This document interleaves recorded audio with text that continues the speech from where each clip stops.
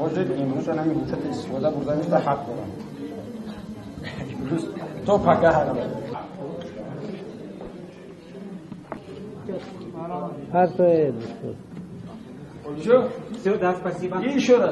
من شانس پیروزی خودم را در انتخابات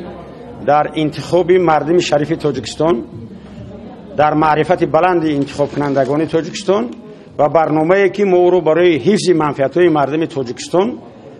تهیه کردیم و مردم معرفی کردیم و تا چه اندازه این معرفی با ما مردم شریف به حیات زندگی نو برخورد کرد ما از همین می‌بینیم. برنامه حزب کمونیست تاجیکستان تفاوت جدی از دیگر برنامه‌های نامزدها دارند و بگذار خفه نشوند چون که برنامه حزب ما برنامه‌ای که است که در مرکز او انسان می‌ایستد. ما در صورت پیروز شدن به مردم شریف تاجیکستان حیات آسایشته زندگی ارزنده را ما شرایط برای اون مهیا میکنیم.